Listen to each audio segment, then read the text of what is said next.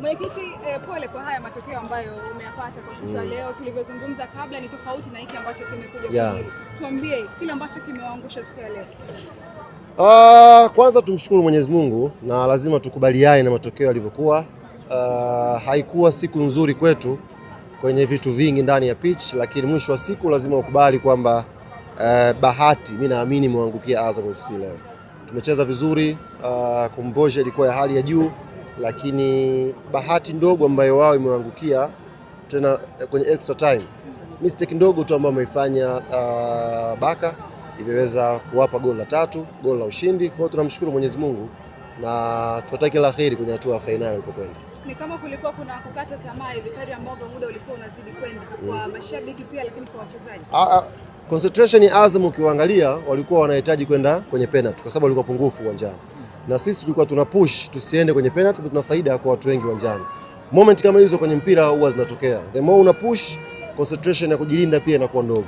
Kwa ule mpira ukiangalia ilikuwa ni 50-50 na bahati mbaya Baka ni mara chache sana anafanya makosa namna ile. Kwa hiyo ni bahati mbaya unaweza kusema amecommit kosa ambalo limehukumu season yetu kwenye CRDB Federation Cup na amekuwa ni kipigo cha kwanza baada ya misimu 5 ambao tumeshiriki. Kwa hiyo ni wakati wa kuumia, lakini we are very proud na success yetu ambao tumepitia kwenye mashindano haya for 5 years. Leo tumefungwa mchezo wa kwanza, mchezo wa nusu finali. Nasema alhamdulillah tunajipanga kwenye hatua inayofuatia.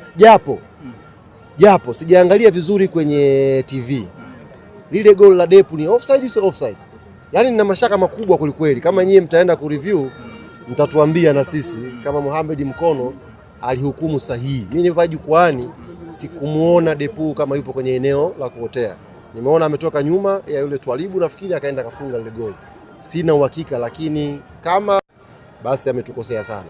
Lakini najipa muda kidogo tuka review hiyo. Vipi kama ikiwa ni haikuwa offside kama sasa tunacheza kubadili zaidi ya wao tu kuendelea kuongeza umakini, kwa sababu kwenye semi final unapotengeneza kosa moja kama hilo linaweza kuwa na hatima tofauti. Hivi tungeshinda maana yake tulikuwa tumeshinda mchezo. Kwa hiyo ni jao hatuwezi kulirekebisha, ni kiasi cha wao kwenda tu kuangalia kama kuna sehemu paliteleza wakaboreshe na wao, lakini alhamdulillah tunakwenda Zanzibar na mechi nyingine na Azam. Yani tunaondoa kesho hapa tunakwenda kwenye Zanzibar ligi kuu ya NBC. Kwa hiyo tumepoteza leo maana tumeangusha kombe la CRDB, nao akili nguvu tukaiweke kwenye ligi tukashinde mchezo wa Zanzibar tuweze kumaliza na ubingwa wetu inshallah. Asante Ali. Asante. Karibu. Amesema ninapita. Sisi nishamaliza kwanza.